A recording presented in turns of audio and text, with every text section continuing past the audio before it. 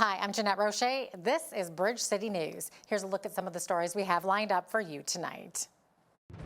Air Canada begins canceling flights ahead of a potential strike by flight attendants. Plus, as their summit in Alaska approaches, President Donald Trump says there will be severe consequences if Putin does not end the war in Ukraine. And China puts preliminary tariffs of 76% on Canadian canola in response to Canada's tax on Chinese EVs. Your nation, your province, your southern Alberta. From the heart of Lethbridge, it's Bridge City News with Jeanette Roche. Thanks for joining us. Air Canada is planning to start suspending flights Thursday to allow an orderly shutdown as it faces a potential work stoppage by its flight attendants, who are represented by the Canadian Union of Public Employees, or CUPE. They served a strike notice early this morning and could walk off the job starting around 1 a.m. Eastern Time Saturday morning. At Toronto's Pearson Airport, passengers are concerned about the impact from canceled flights and wonder about potential compensation. My concerns is when I get where I'm going and I have to come home, what's going to happen to us. I hope they resolve it, and if other companies are paying their flight attendants on standby to wait before they're in the air, then I feel that Air Canada should do the same. The airport is so stressful without any flight delays and everything. It's a stressful place to be at. I could just imagine when this is added into the mix, how more stressed out you can be. Especially if you can't afford unexpected hotel or transportation. When you can't afford it, there'll be a lot of people out there who will be stranded, and they should be compensated. They should get some warning at least. Corporate should do something about that if they know their flight attendants are going on strike and accommodate the passengers. Well, I'm glad we're getting out today because I hear they're going to be cutting back tomorrow on flights. We're due back in 2 weeks, so we'll have to see what happens. I'm hoping that if it's still on strike, they'll offer us some alternate ways to get home. I think we'll just have to see what happens. Luckily, we're not that far away, Halifax to Toronto, so if they can't offer us an alternative, we'll have to figure out what we're going to do, but hopefully they can help us get home. I know we kind of have this problem as well, the strike in France, because I'm from France. So I know what is it. I know it's a difficult time for passengers, also for the companies, and it might time to find solutions. Air Canada says customers whose flights are canceled will be notified and they will be eligible for a full refund. The main sticking points in the dispute revolve around what the flight attendants say are poverty wages and unpaid labor when planes aren't in the air.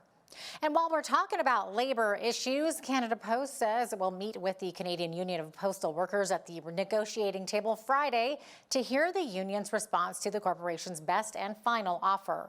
That offer was presented to the union on May 28th. The talks come after workers rejected Canada Post's latest proposal, which would have seen wage hikes of about 13% over 4 years and restructuring to add part-time workers. The post office says it's facing an existential crisis.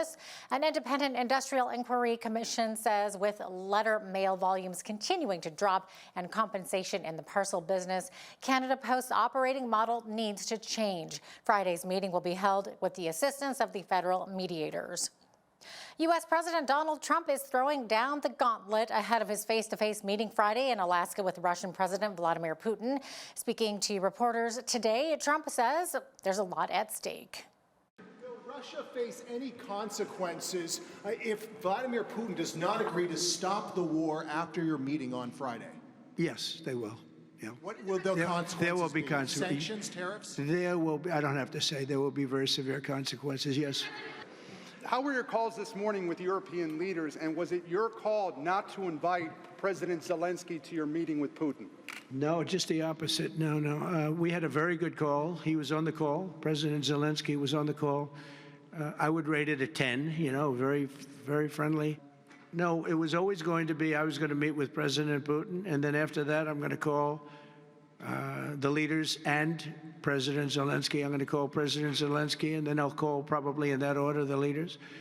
There's a very good chance that we're going to have a second meeting, which will be more productive than the first, because the first is I'm going to find out where we are and what we're doing. I would say the second meeting If the first one goes okay, we'll have a quick second one. I would like to do it almost immediately, and we'll have a quick second meeting between President Putin and President Zelensky and myself if they'd like to have me there. And that would be a meeting where maybe it could be absolutely work. But the first meeting will not work that out. Certain great things can be gained in the first. It's going to be a very important meeting. But it's setting the table for the second meeting. I think the second meeting, if the second meeting takes place, now there may be no second meeting, because if I feel that it's not appropriate to have it because I didn't get the answers that we have to have, then we're not going to have a second meeting. When it comes to a peace process, Ukrainian President Volodymyr Zelensky says Putin is bluffing. In other news, Saskatchewan Premier Scott Moe says China's announcement to put preliminary tariffs of almost 76% on Canadian canola will harm producers. China imposed the tariffs following an anti-dumping investigation launched last year in response to Canada's tax on Chinese electric vehicles. Moe says he expects to speak about the matter with Prime Minister Mark Carney and other ministers, as well as industry leaders.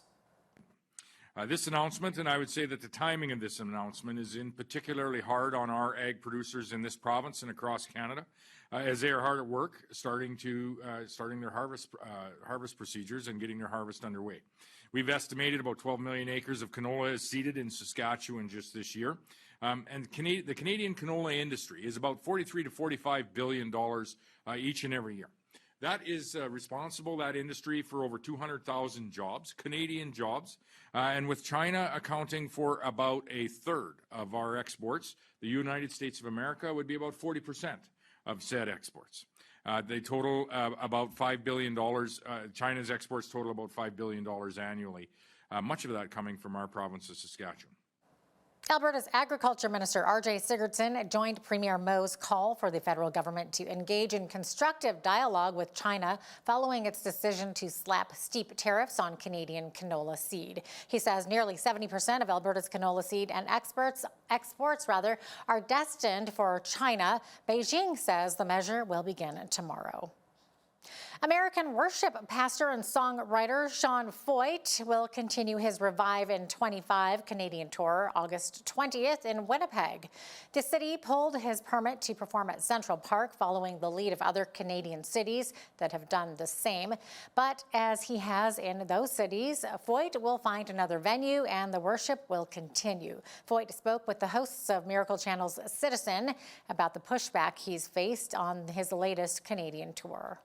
About 3 years ago, things shifted for me in the way in which I came to do ministry, similar to what we've been doing in the U.S., is we really brought the Let Us Worship experience, which is an outdoor evangelistic, revival kind of component events. And we brought those to Canada. So this is our third year of doing that, meaning we find public places outdoors where we can worship, where we can preach the gospel, where we can do altar calls, where we can take communion, where we can do baptisms.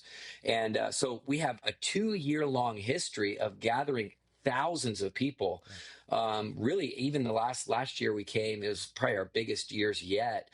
We did 4 cities across Canada and 4 different provinces and thousands of people every single night. So the Lord really burned in my heart about coming up there again this year, but actually going coast to coast, because on your coat of arms and engraved into your capital city is from sea to sea, that Christ will have dominion from sea to sea. So we wanted to take kind of this revival train, start on the very East Coast in the Eastern Gate and go all the way across the nation, which is insane, because it's a big country. And so it's a lot of different time zones, a lot of regulations. Of course, you got the tariff situation, you got expenses, logistics. And so we secured 11 permits at what I think are some of the most iconic venues outdoors across Canada, not having any inkling that we would have the controversy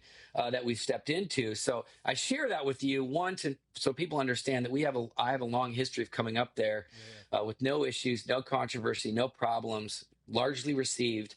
And for whatever reason this year, man, The enemy hated it, and it started with the leftist crazy protesting in Halifax over our venue there, and one by one they just started canceling. I mean, you guys kind of covered the story. So and all of a sudden we have, without trying to, entered into a national conversation that needs to be had on the right to freely worship God. The full interview with Foyt will drop online tonight at 7 o'clock Mountain Time. You can find that on YouTube. Citizen can be seen on Miracle Channel on Friday afternoons. A major step forward for Fort Macleod Stage 1A of the Highway 3 realignment is in motion. Alberta's Transportation Minister says the project will boost local development and strengthen a key economic corridor in the province's south. Our BCN's Heidi Echeverria has the details.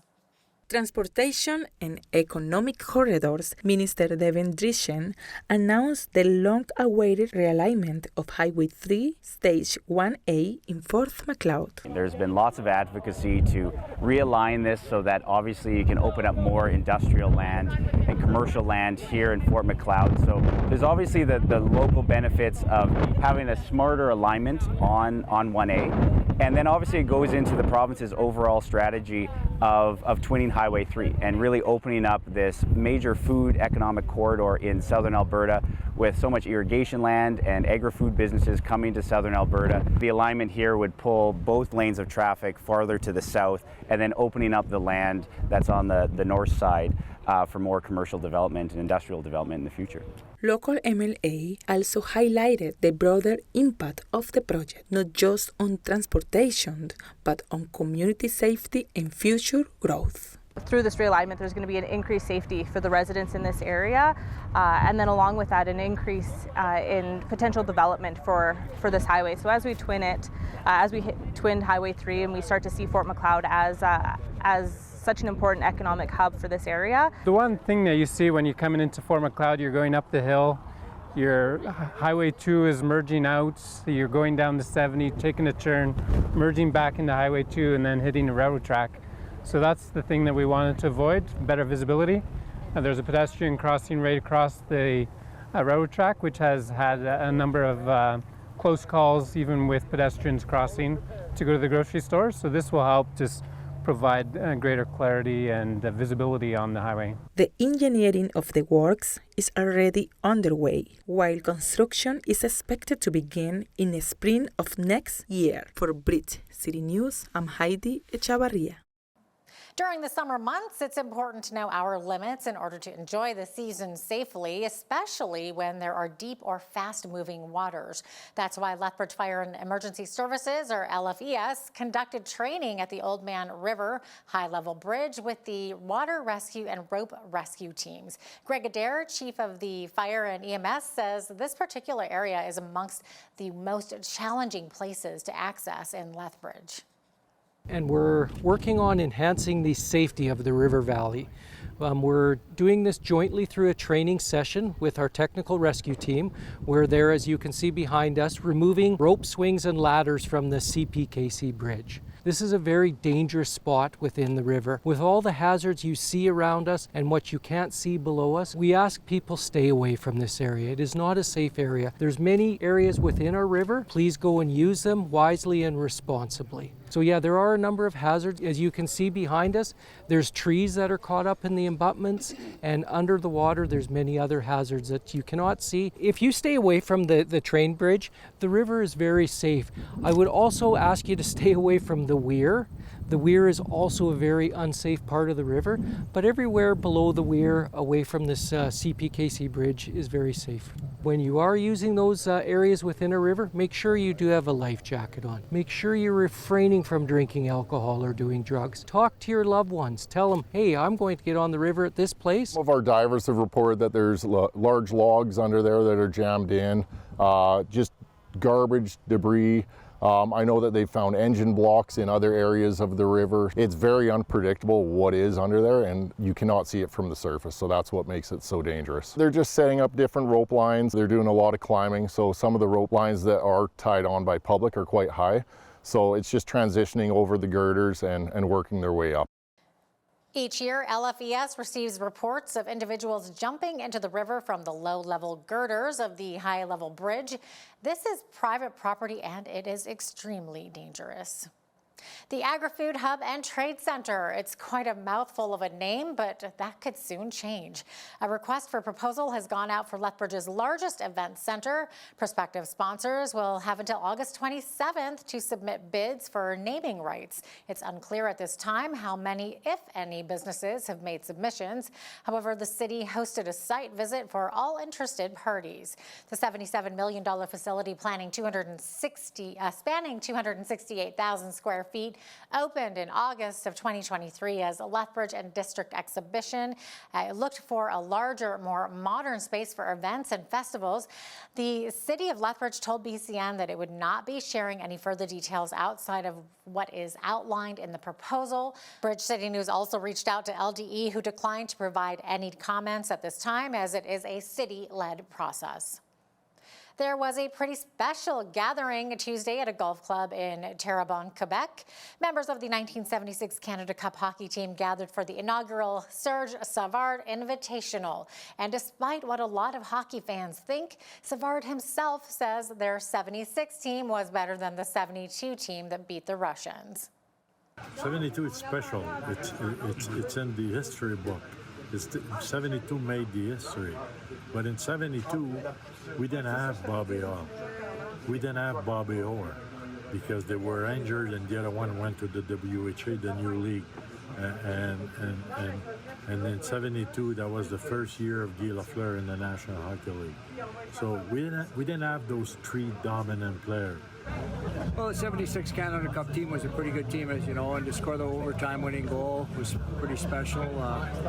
It's nice that we're all together here. I mean, some guys have passed on, unfortunately, but the fact that Serge put together something like this, it's nice to be a part of it. It doesn't go unappreciated, for sure. Well, definitely, Bobby was phenomenal. I mean, he didn't practice much with the team. He had ice packs on both knees before and after the games, and then he would just get ready for the next game. He was the best player in the game in the early 70s, and he certainly was the best player in that tournament, even though he was hobbling out a couple of years. I was like a kid in a candy store. You look around the room and you got Bobby or Phil Esposito, Larry Robinson, Guy Lafleur. The list just went on. And I'm thinking, and Danny Gare and I are the two young guys, and we're both thinking, what the heck are we doing here? But it was so much fun, and to be a part of that team. I think there's 18 Hall of Famers on that team. Pretty darn cool. The 72 series, it was such a dramatic first time that played, against the Russians, and that holds its place in history for sure. And then our 76 was the first time, as I mentioned before, that we played other countries: Finland, Sweden, Czech Republic, USA. So it set the bar for those tournaments like we had this year with the Four Nations.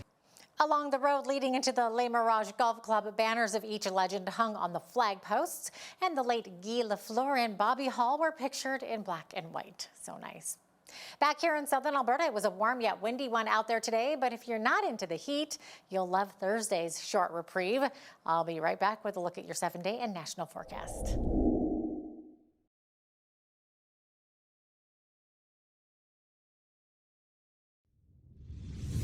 A nice hot yet breezy one out there today. We reached 31 degrees, but winds from the west at almost 60 kilometers per hour, so 40 to 60K.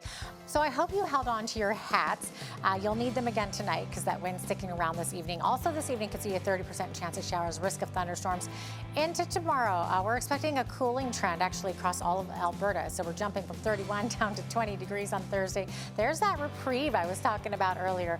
Lots of sunshine though, and then on Friday, a mix of sun and cloud back up to 25, back up to 27 degrees for the weekend, 29 on Monday, and then back to 31 degrees for next Tuesday for that 7-day forecast. So average high for this time of year, 26, average low, 10 degrees. On this day, back in 2015, we saw our hottest day on record, which was 37 degrees. 34 degrees was the lowest on record. That happened back in 2005. Sun rose this morning, 6:19, and sunset this evening, 7 minutes before 9 o'clock, so 8:53 p.m. So looking at 14 hours and 34 minutes of daylight, 4 minutes shorter than yesterday. Okay, on the west coast, a mix of sun and cloud in Victoria, high of 23 degrees. Vancouver finally coming out of that heat wave today, looking at a high of 22 degrees tomorrow, partly cloudy skies. There's that cooling trend I'm talking about across Alberta, 17 for the high tomorrow. Only for the daytime high in both Edmonton and Calgary. And then, as I mentioned before, Lethbridge sitting at 20 degrees. So the rest of the prairies there, Saskatoon, 19 degrees for the high, 23 in Regina. Mainly sunny skies across that province. High of 28 degrees in Winnipeg. Winnipeg could see some showers and risk of thunderstorms as we look into the central part of the country. So the heat, there's a multi-day heat warning in effect for Toronto, high of 28 degrees tomorrow. Ottawa, a heat warning ending this evening, 28 for the high tomorrow as well. Mainly sunny skies, 27 for the high in Montreal tomorrow with a mix of sun and clouds. So the difference between the high temperatures and the heat warnings, of course, always comes down to that humidex value and how things stay warm overnight. Fredericton also seeing that heat warning in effect. Also lots of rain, mix of sun and cloud, and could see a thunderstorm there. 27 for the high, 28 in Halifax, 29 expected tomorrow in Charlottetown. And St. John's looking at local smoke, lots of rain, and high of 28 degrees there. So there you have it. That is your forecast. The BC billionaire who wants to buy some Hudson's Bay leases is pushing back on landlord claims that she won't be able to run a successful business in their spaces. New court documents show Ruby Liu is dismissive of the concerns about her, saying she's so confident in her plan that she'll personally guarantee the first year of rent. Liu is trying to buy 25 former Bay leases and turn them into three others that she previously purchased into a new department store. Landlords say their leases don't allow for those kinds of changes, and if they did, Liu's timelines and budgets are too unrealistic given the amount of work and repairs their properties need. An American beverage trend is quickly gaining popularity north of the border. Dirty sodas are pop-based drinks mixed with fruit flavors and sometimes ice cream, marshmallow, lemonade, or candy. Sounds sweet. Jeremy Gannett, owner of Sip Soda in Sherwood Park, Alberta, says his customers have been looking for the drink after spotting them on the American reality TV show The Secret Lives of Mormon Wives. Others say dirty soda is very Instagrammable and could be a sign of things to come as chains like Crumble and McDonald's experiment with adding them to their menus. By the way, if you've never seen that TV show, I recommend checking it out. It's riveting. Now here's a look at today's markets. The TSX was up 72 points on the day to finish at 27,993. The Dow was up 463 points to 44,922. The S&P 500 was up 20 to 6,466, and the Nasdaq was up 31 to 21,713. West Texas Intermediate oil was down 43 cents to 62.74 US per barrel.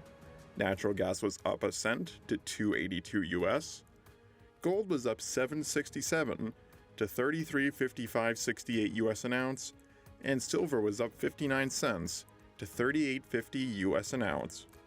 Feed wheat is at $7.32 per bushel, barley is at $5.92, canola is at $14.88, and corn is at $7.16 per bushel. Live cattle were down 27 cents to $235.83. Feeder cattle were up 50 cents to $345.87, and lean hogs were up 7 cents to $109.62.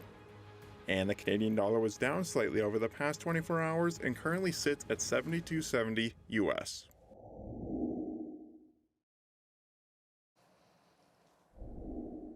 Recapping one of our top stories, Air Canada plans to start suspending flights Thursday to allow an orderly shutdown as it faces potential work stoppage by its flight attendants.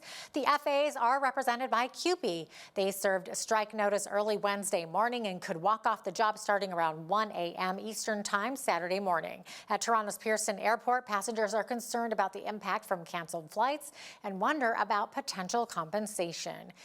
Alberta, Saskatchewan, and Ontario want to develop an energy corridor, but where does Manitoba stand? Well, coming up, I chat with the Alberta correspondent for the National Post, Tyler Dawson, about this and other important issues affecting Albertans. Stay tuned to find out more. Also, when you see news happening in your community, be sure to send us an email at info@bridgecitynews.ca. You can also visit our website or our YouTube channel anytime to check out more of our stories and interviews.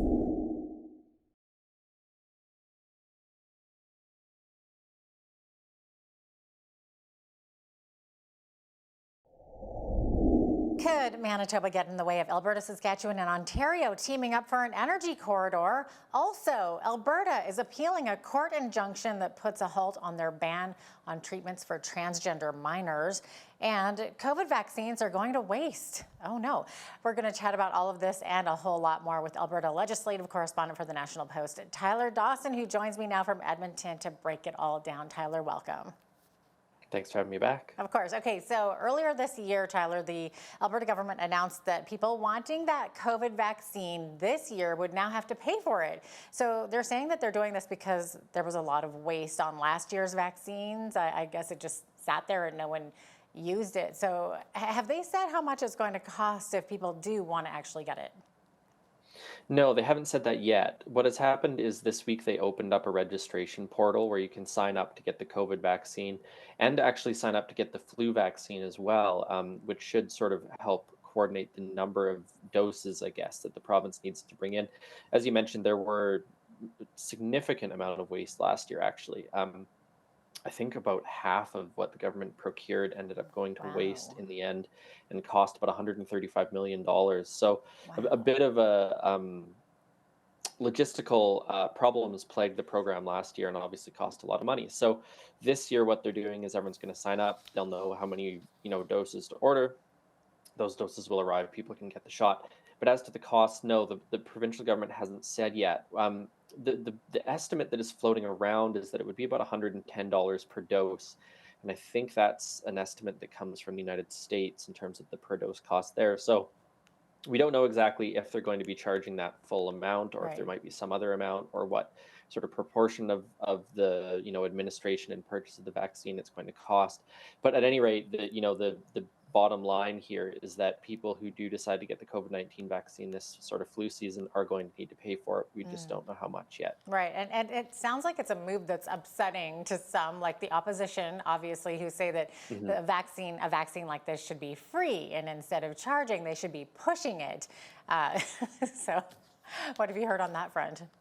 Yes, the Alberta Federation of Labor in particular is quite upset about this. Of course, healthcare workers are not exempt from having to pay to get the vaccine either. So you can imagine there's some concern in healthcare fields about that. And you've also had Dr. James Talbot, who was formerly the Chief Medical Officer of Health, who just says that this is a really, really bad idea. So there's been a lot of criticism from a lot of quarters, the idea being basically that if you're going to have a vaccine that works for something and works relatively well, you want it to be as accessible as possible, as opposed to creating barriers that people that might keep people from getting the vaccine. And obviously, $100 or whatever it might be is not a big deal for many people, certainly people who are more well off. But if you have a family of 4 or 5 or something like that, $500, $400 for a round of vaccines could be quite a lot in these times, and everything's sort of costing more and more. So that's basically what the criticisms have been. That you've got sort of union healthcare worker type criticisms, and you've got sort of medical expert opinion that are critiquing this as well.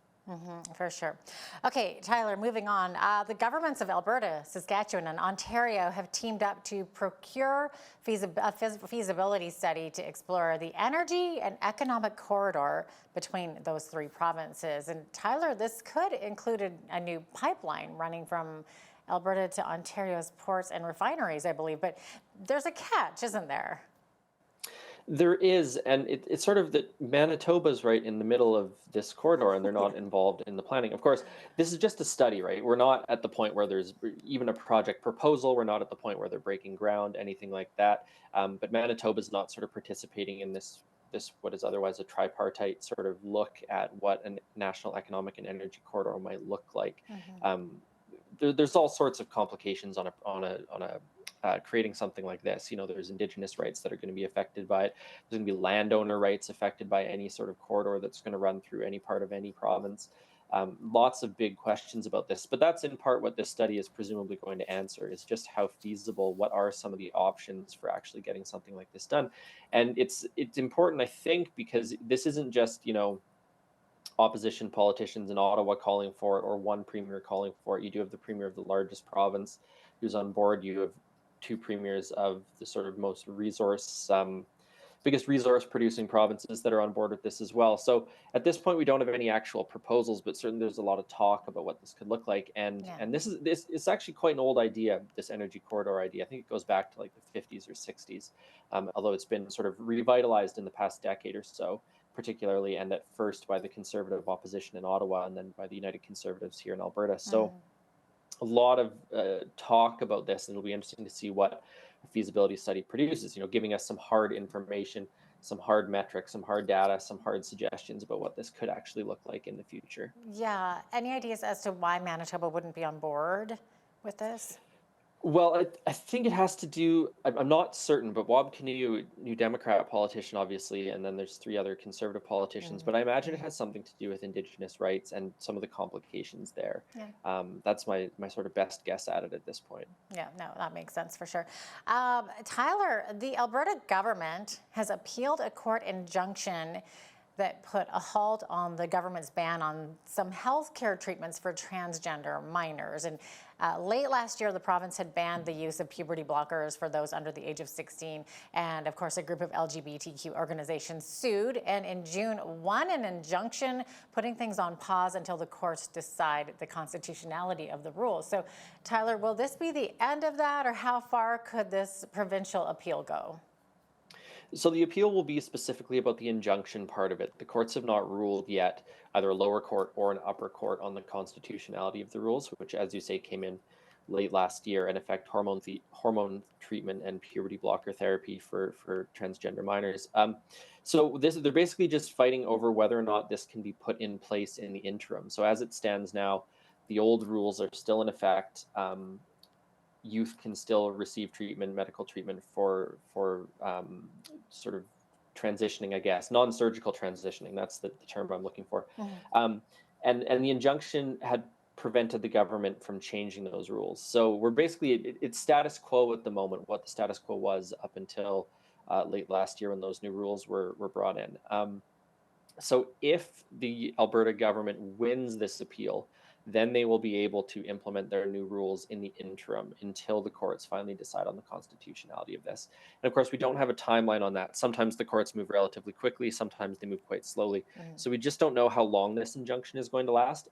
And if the injunction is overturned by a higher court, we don't know how long the new rules will be in effect until the court finally makes its sort of ultimate decision on the matter. The other wild card here, of course, is the notwithstanding clause. The Alberta government has vowed to fight this in court.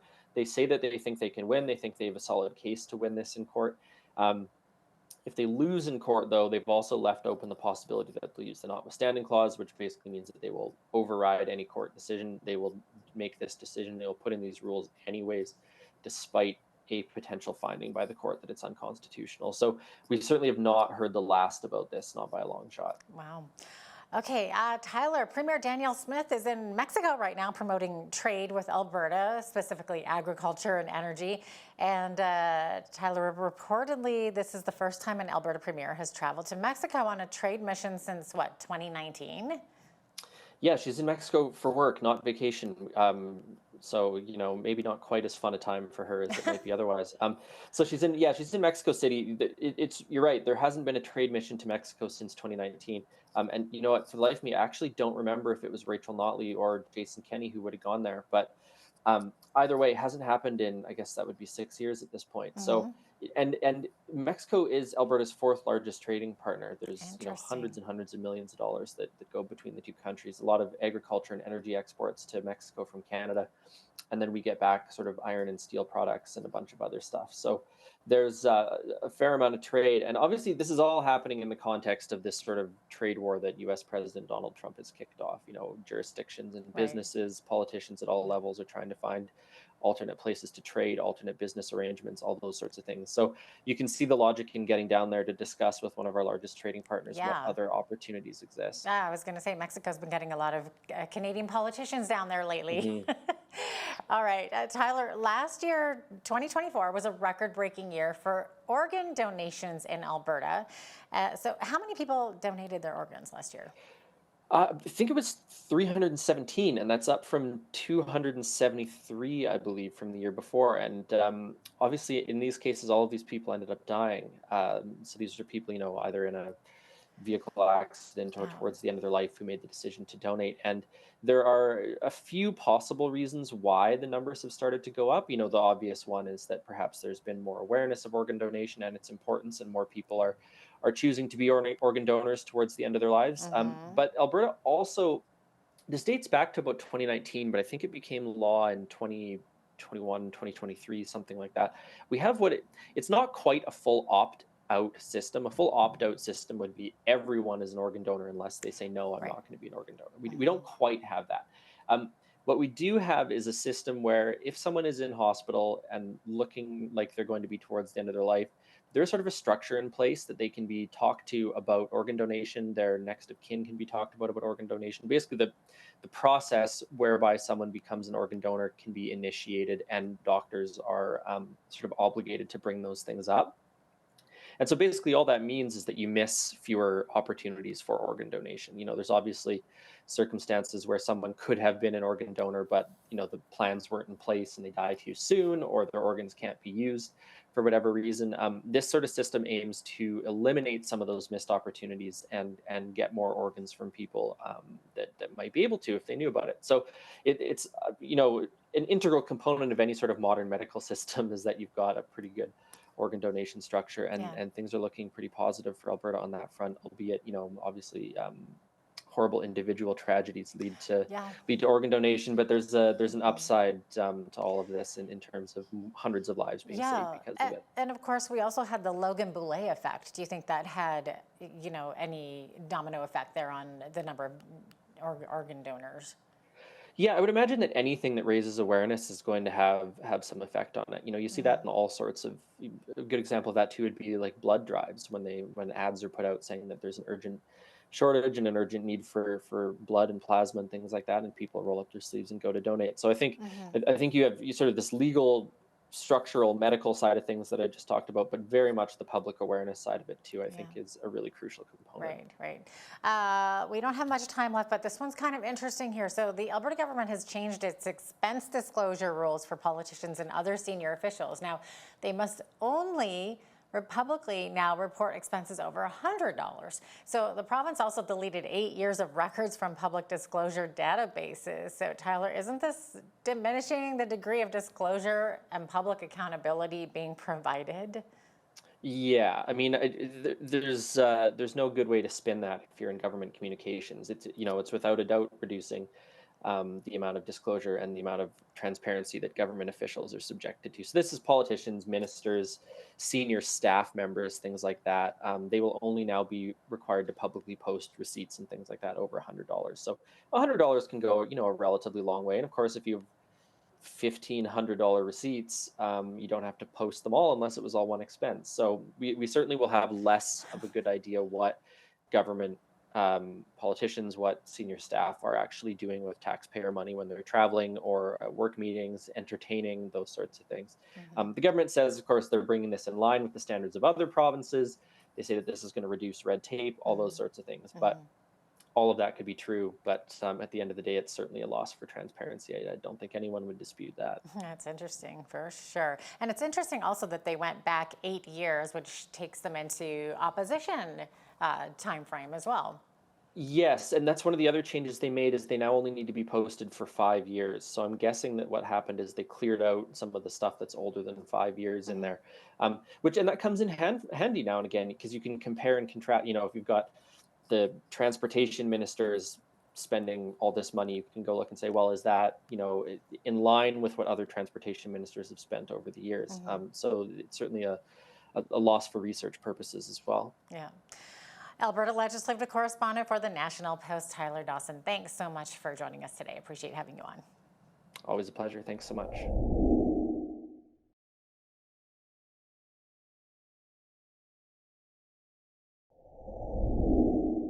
Earlier this year, the RCMP Northwest Region's National Security Enforcement Team, or INSET, arrested a 15-year-old Edmonton area youth for a terrorism-related offense. While criminal proceedings are underway, the RCMP isn't saying anything more about the case, but they are making people aware of an online ecosystem called COM764. Investigators say this transnational network is luring children online, desensitizing them and radicalizing them to violence. Inspector Matthew Johnson is with the RCMP's INSET team, and he joins us now. Inspector Johnson, thanks so much for being here. Thank you very much for having me. Okay, Inspector, I read into this just a little bit, and from what I've read so far, this is really frightening stuff. Tell us a little bit about what is COM764? Yeah, absolutely. So COM764, COM is a term associated for the community, which these groups have dubbed themselves, that exist online in a decentralized ecosystem that engages in various forms of criminality across the internet, usually targeting youth. 764 is a subset, amongst others, of that COM or community that tends to engage in criminal activity targeting youth that tends towards or is based in violent extremist ideologies, and that they target youth, corrupting them, desensitizing them through different content, exploiting them through sexual exploitation, and then coercing them into committing either self-harm or violent acts against other individuals, animals, and then potentially actually overt violent activities within their communities. So this sounds very disturbing, and I'm just curious, like, what is this community organization's end game all about if they're luring children into acts of sexual assault or self-harm or animal abuse? Like, what's the end game here? It's a great question, because this is so unusual. It's something that's very beyond the pale and outside the norm, decidedly. In this particular case, the original kind of idea behind these groups, 764 being one of the originators, goes back to an even earlier group known as the Order of Nine Angles, which was predicated on neo-Nazi, fascist, Satanist ideologies, to eventually then, with the new 764 iterations, accelerate violently, so violent accelerationism, the collapse of the current social order, with the concept emerging of a new, usually, again, neo-fascist order supplanting it. What we've seen in the recent year or two is that there's been an additional shift in that ideology, to where actually we're seeing what we're calling a nihilist violent extremism. So that the end game, as you put it, is the actual destruction and collapse of society as we know it for that exact goal, with no actual intention for anything to rise up behind it, but just for destruction for its own end. Destruction for the sake of destruction, that's really concerning now. How innocently can this type of luring actually begin? You know, I'm glad you brought that up. The internet obviously is a wide open space that is largely unmonitored. And especially I find in the post-COVID environment, obviously as parents, as primary caregivers, we had a phase in our society, the globe writ large post-COVID, where our children were given access or even forced into the online space even more because of necessity, right? That was a global environment. And in that environment where these predators operate, they thrive, it's become a bit of an open field day for them. And I'll put that in context. When I grew up in the 80s, you know, it was kind of different parenting, different environment, right? Go outside, go do things with friends. You know, those were kind of the basic rules I had to work with. But the main one was don't go down any dark alleys, right? Because that's where the bad stuff is. Well, the way I look at it is what we've done now, it seems as a society, is we've taken that dark alley and put it right in our own house. Because what we've done is we've put our kids on their devices unmonitored, say in their bedroom, because we think, oh, they're safe in their bedroom, right? They're safe in the living room because they're on their device. But that dark alley is in that device because we don't know who they're interacting with.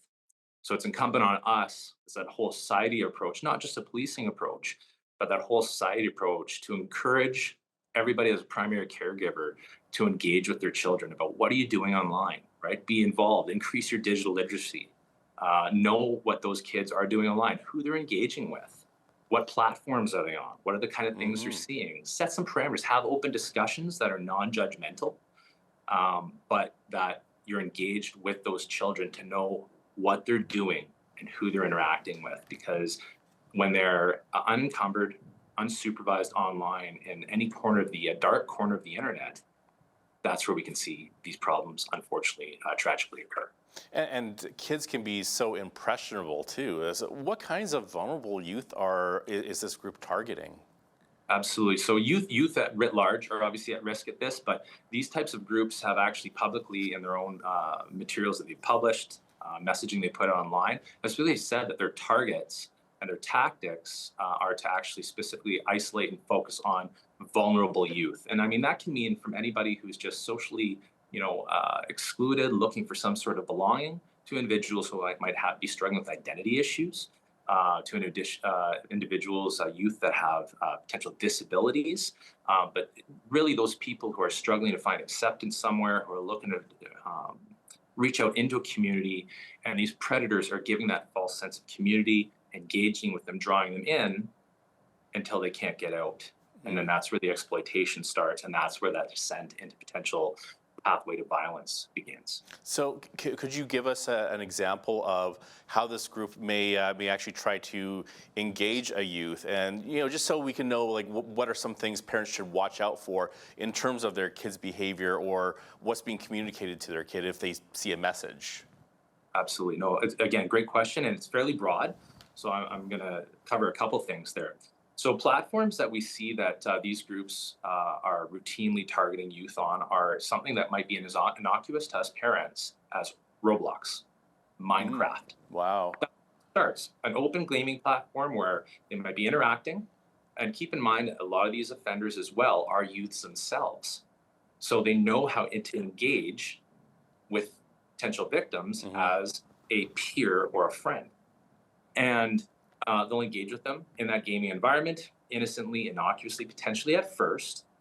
But then if they can get them offline into a DM, a digital messaging platform that's encrypted, usually Discord, Telegram, etc., that's where then they can start to deploy more nefarious tactics, right? Get personal information that can allow for doxing, potentially get sexually explicit photos from those youth victims, and then use those to exploit them to further acts. So that is a way, a methodology in which that exploitation can begin.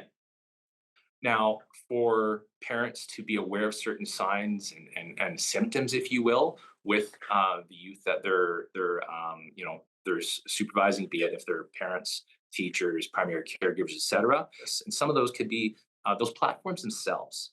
I would suggest that children likely don't need access or use of encrypted, secure messaging platforms that their parents don't have visibility on, like Discord or Telegram. That would be a question for me right away if one of my children or somebody else's children were using those platforms. What's the reason you're using that platform?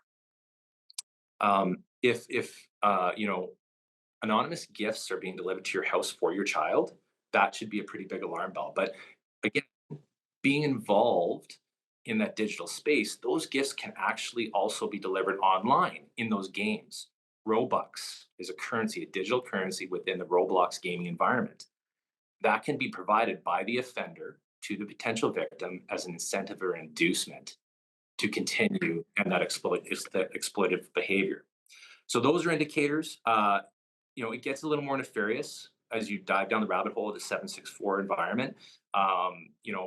One of their standard tactics is to encourage and extort the victim individuals into harming themselves. And it's not just simple cutting, it's actually cutting sigils, usually the monikers associated to the offender that is exploiting them, into their body. And it can start innocuous in places that can be easily covered to then escalating to places that can't be exposed. And there's a bit of a currency factor then for the offenders. But as a parent, if all of a sudden your child's even grooming aesthetic changes, where all of a sudden they're covering their whole body up, whereas during the summer they used to wear shorts and t-shirts all the time. Why are you covering your body all the time? Why don't I ever see your arms anymore? What are you potentially hiding? If you're finding, and it sounds in a way, it sounds easy, but if you're finding, say, bloody bandages in the house, if you're finding blood in different areas of the house, because sometimes blood marking or blood signing, it's called, occurs, that should be an indicator. I talked about animal abuse is a tool and tactic utilized by these groups. So all of a sudden, if the family pet becomes fearful, especially around one of the children or even other members of the family, that should be a question. The family pet disappears, that should be a question. They discuss having a new friend they're obsessed about, or then potentially frightened of. Even content that they're interested in sometimes. If all of a sudden they're questioning standard moral codes, like basic tenets of our society, as far as, you shouldn't hurt people. Combine that with on a sudden interest in the occult or neo-Nazi philosophies. Again, keep in mind, we're talking about kids, right? We're talking about kids. And if they start diving into that type of material, again, that's not just in isolation, that's in the context of a number of different indicators.